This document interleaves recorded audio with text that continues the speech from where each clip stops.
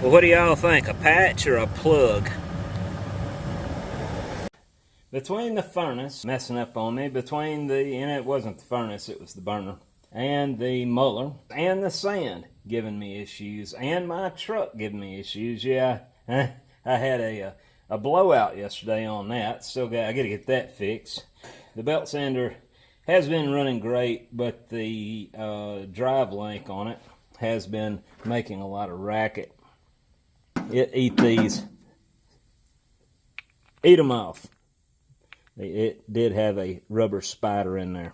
Man, I've got probably 100 of these, brand new. So there's no reason not to use it if it'll fit. Now, this is a 3/4 inch hole. This is a 3/4 inch shaft. It'll fit that. But it's too big for this shaft. This shaft's 5/8. So I had to go to Ace Hardware. And I wanted a steel sleeve. They didn't have that, but I was able to get a bronze sleeve. And the bronze sleeve has a 3/4 OD and a 5/8 ID. So you can get different size sleeves for jobs like this. Let's get this thing back together. As you know, with my experience with Lovejoy couplings. So before I can use this, I have to put a slot in it. Mr. Pete did a special on these particular bearings, these little bushings. They're centered bronze bushings. They are actually porous to hold oil, but for this purpose we don't need that. I just got to cut that key in there, and we'll get this. That'll go in there, and then this will compress down in here, I hope. I didn't think to check that. Yeah, it'll start. Let's go ahead and press that on in with the vise.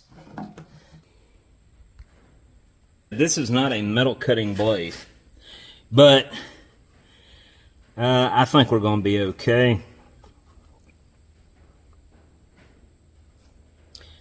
We'll know in a second. I'm just kind of staying on the inside of the actual key here and kind of going side to side.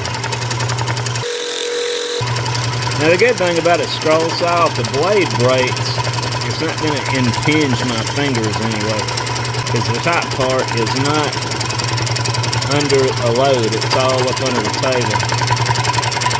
It's cutting.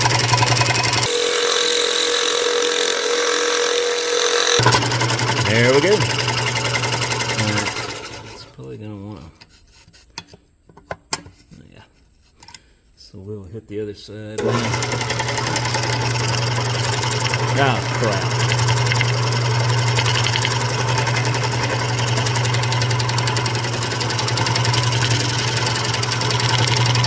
I should have just done this when it was, I should have just run the slitter on it. There we go. Alright. Anyway, the important thing is we have a 1/16 wall thickness all the way around to accommodate the slack between the shaft and this bushing here. I still need to, come on, focus. Alright, so the slide is still a little narrower than the actual keyway, so I'm going to get in there.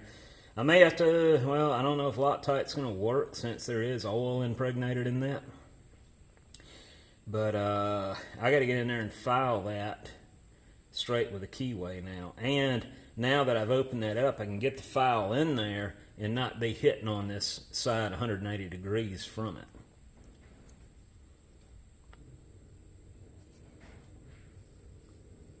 I think that's going to work. Let's see if we can get this to go on in there. It's going so far.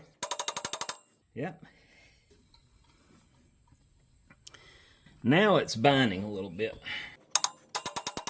1/4 of an inch to go. A little more.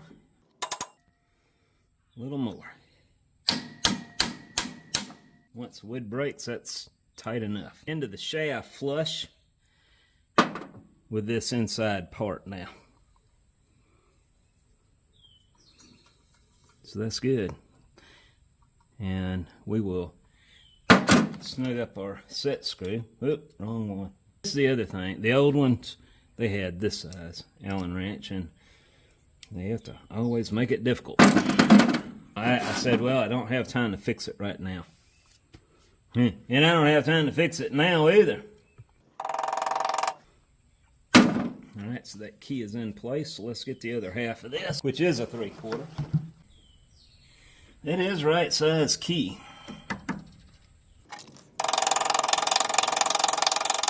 I'm going to trigger somebody doing that, aren't I?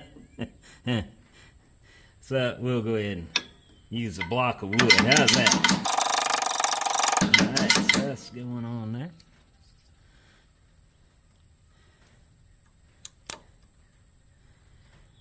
Huh, dry rotted. That's alright, I got it more. This way I can kind of see where I'm at.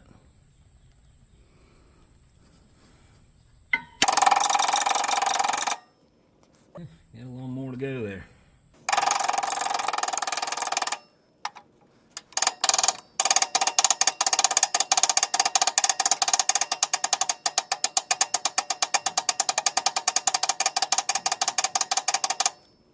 Yeah, we're getting there. I want to have good engagement with the shaft on that surface area, so we need to go a little more.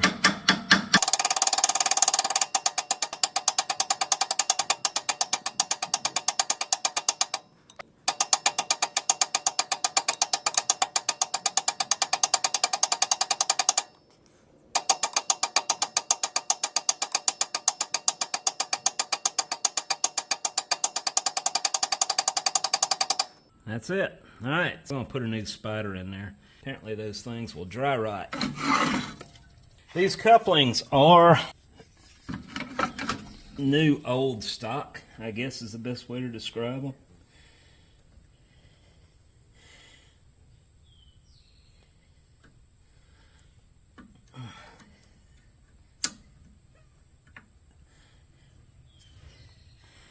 Did that sucker break too? Yep.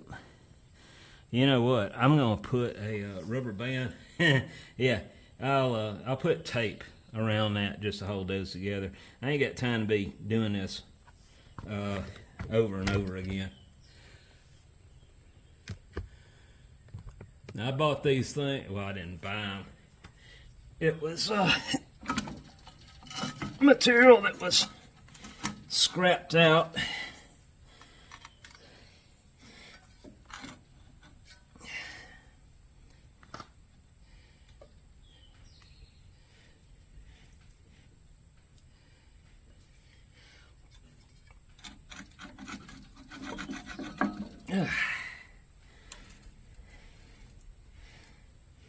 Yeah, it's not. I got a feeling this is not going to last long either, guys. That's just very brittle. So what I'll do, I'll put some electrical tape around that, and that will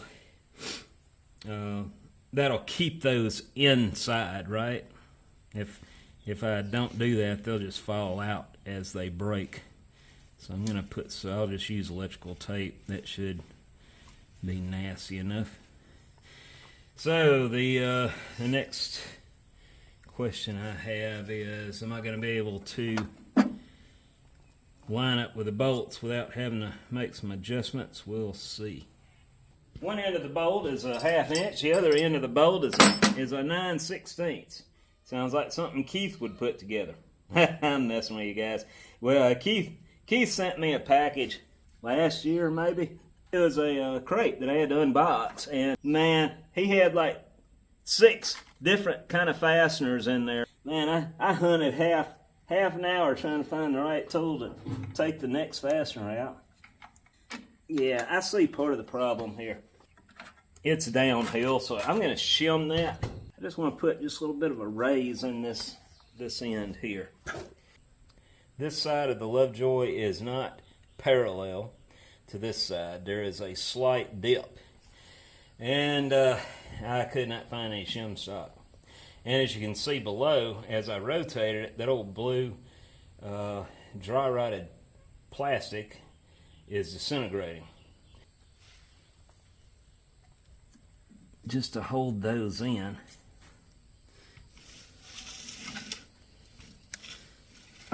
try.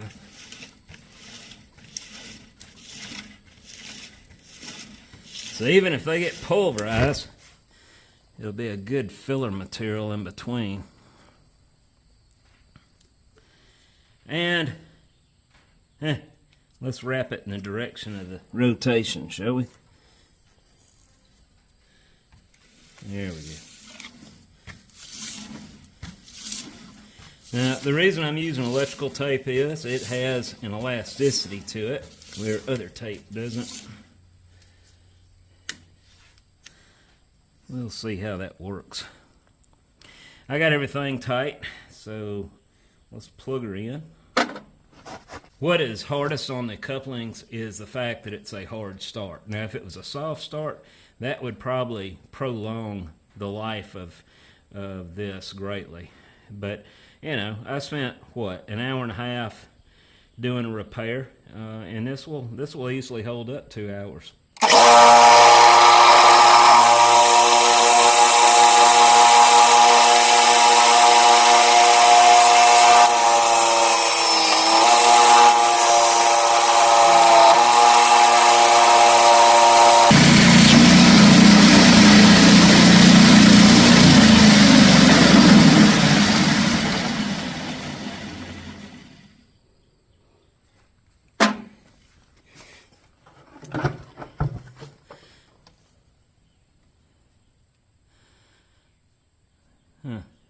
Got some weird stuff going on with the tape. You know what? That's that old blue junk trying to wedge its way out of there, isn't it? Well, we'll keep our eye on it, and we'll see how that does. At least I got the thing back halfway going right now, because I got to have it. I've got several castings I got to do grind and clean up on, and I have gotten fully dependent on this now. We'll run it till I have to do this again. Or like I said, I've got a lot of issues going on around here, and it's just, you know, pick your battle, right? and you know, at the same time, castings have to be cranked out. So I'm doing everything I can to keep the squeaky wheel grease around here, and it is overrunning me. These stove legs were sent to me by a customer out of California, and they're very unique. They got a heart on the outside of them, which I haven't seen before. Now you're fixing to see me put a straight edge over the top of this flask. All I'm doing is trying to get an idea how much sand I'm going to have there as a barrier once I coat down to the parting line on the other side. I'm ramming up the coat first, so these will be in this position as I pour. I'm capturing the part numbers since they're detailed on the back. I'm trying to make these as close to the original as possible, with the exception of a slight amount of shrinkage. Now I don't want to move these. I want to keep them vertical, and that's why I went ahead and rammed everything in unison. Now I'm going in between them and stiffening it up. And then from here, we'll fill it on up, strike it off, and flip the thing over. From there, we're going to go on to the long, tedious effort of coping all this down. We're going to take out probably half the sand here. Now, as I said, we only have about a 2-inch barrier of sand from the back side of that casting to the outside of that flask edge, so I have to take this very gentle and whittle it down little by little. And I am right-handed, not both-handed, so I do what I can on my right hand here, and then I will flip the entire mold over and then work it from the other side. This isn't my first video on stove legs. I actually did a video several years back on another set that I cast for a customer, and this particular customer happened to see that video, so I'm glad I had it out there, or he wouldn't have known I do this. Like skillets, stove legs can be very tricky because of their thickness. There's no guarantee these are going to pour the first time, and I took a chance on this one just because I'm so starved for time. Normally, I would have went ahead and rammed up another set, or I would have saved this as a false cope in this case, to make sure I don't have to do all this coping down again. But as I said, time is very precious to us right now, so we had to wing it, and I took every precaution necessary to make sure these were going to pour successfully the first time. Normally you would never see me remove a casting from the mold and then put it back in the mold, but I want the very best parting line I can get off of these, and the best way to do that, and the best way to make sure you're going to be able to pull clean from the sand, is just go ahead and remove the casting right now and visually look at the sand to see where it's tearing out and fix the problem with the casting out of there, just like I'm doing here. And you could see when I first pulled the casting out and blew it off, a lot of sand went flying. That sand that would have broke off in the cope and the drag as I pull it if I hadn't taken this precaution first. I do not want any inclines going up to the parting line if I can help it. I want to try to keep it as flat or perpendicular to the sidewalls as possible. So what you see me doing now is grounding down to the parting line and giving it a little width. Otherwise, if you had a sharp taper going down to the parting line, there's a very good chance you would break that plug of sand off in there, and then you'd have a lot of grinding to do. So I feel good about that now, and I'm putting the castings back in the way I took them out. I want to make sure that I capture that mounting interface. That's critical to everything. If that's not right, nothing else is going to fit right. It's rare that I get any castings in that I can put straight in the sand with such a good finish. Usually they will be pitted and require some kind of coating before they'll even pull. These, on the other hand, they pulled just fine. I wish all the castings that I get, not that that's what I want for patterns, but I do wish they were as slick as these were. So this is the drag that I'm ramming up now. Usually it would be just the opposite, the way I do it, but this is going to be flipped completely over once I get this side rammed up, and then I'll disassemble it. And when I do, the castings are going to stay in the drag because I rammed it really tight.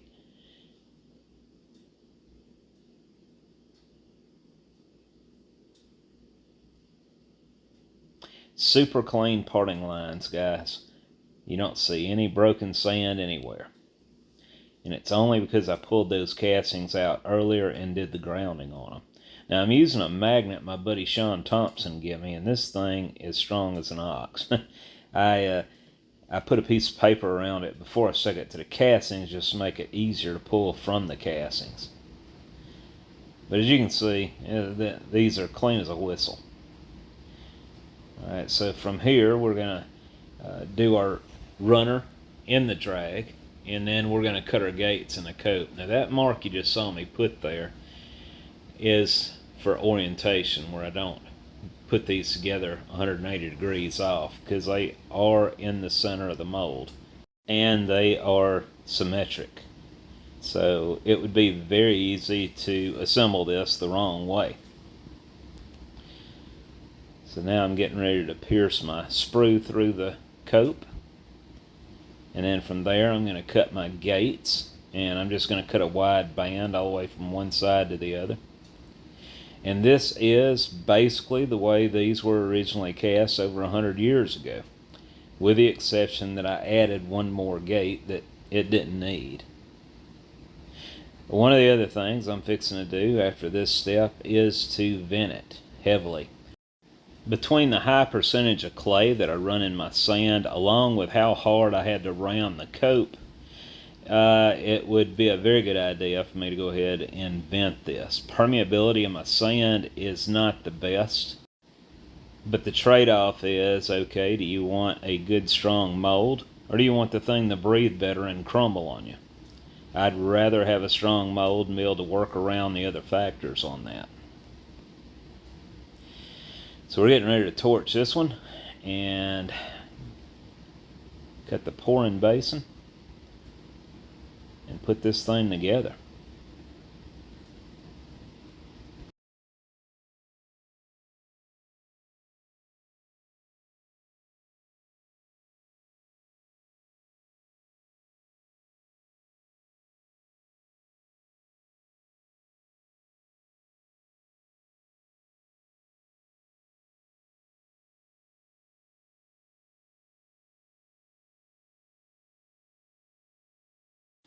I want to give a special thanks to my father-in-law, Cleet Mosier, along with his brother, Denny Mosier, and let them know how much I appreciated their help.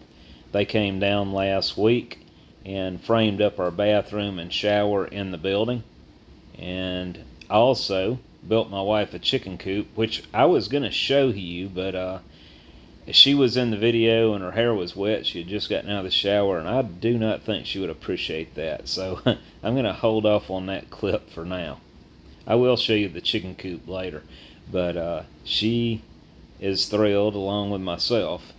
We just don't have this kind of time on our hands to be working on the other stuff that needs to be done, and it was a huge deal for them to come down and knock this out for me. So again, I want to thank you guys.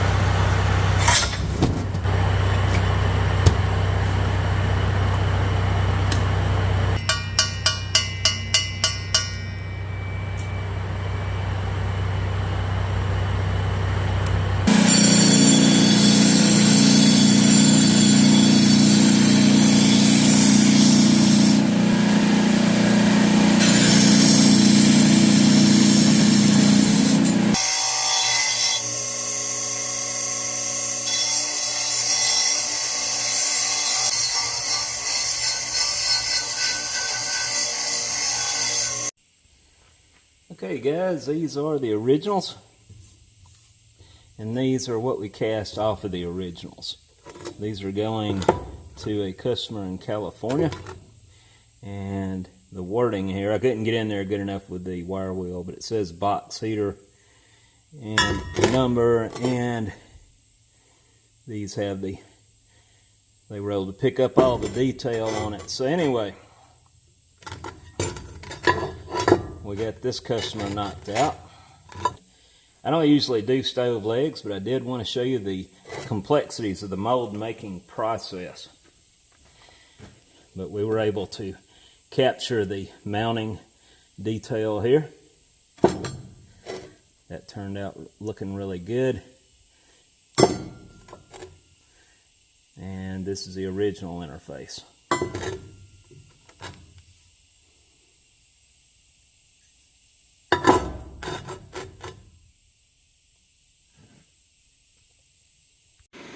Well, the 18-inch straight edges are getting close, guys. These two right here, this is the way they're going to look.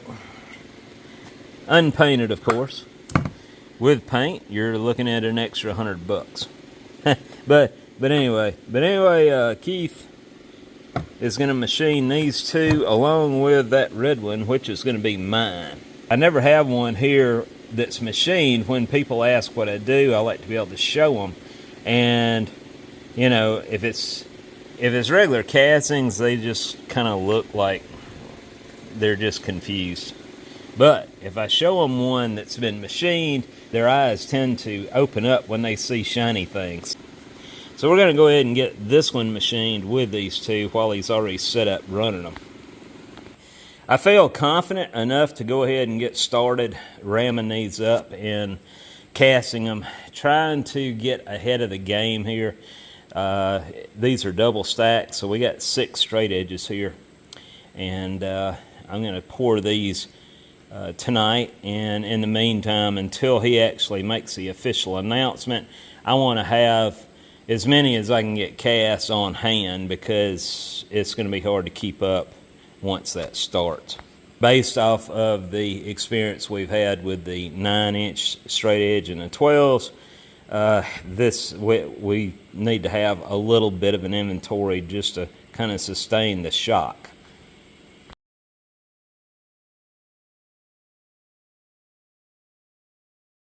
For those who have been asking about the Windy Hill Foundry hats, these are now available on my website, windyhillfoundry.com, under stores, or you can click on the above link.